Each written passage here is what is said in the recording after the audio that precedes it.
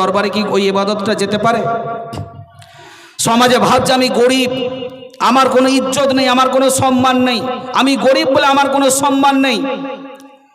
আপনি গরিব বলে আপনার সম্মান নেই কথা আপনাকে কে বলল?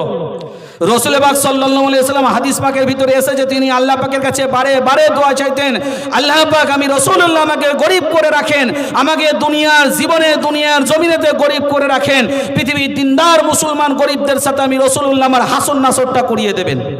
চিন্তা করেন, আল্লাহর নবী যেখানে আল্লাহ পাকের কাছে বারে বারে দোয়া চাইতেন, আল্লাহ পাক আমাকে দুনিয়ার জমিনেতে গরিব করে রাখেন, পৃথিবীর দিনদার মুসলমান গরিবদের সাথে আমি রাসূলুল্লাহ আমার হাসন নাসর করিয়ে দেবেন।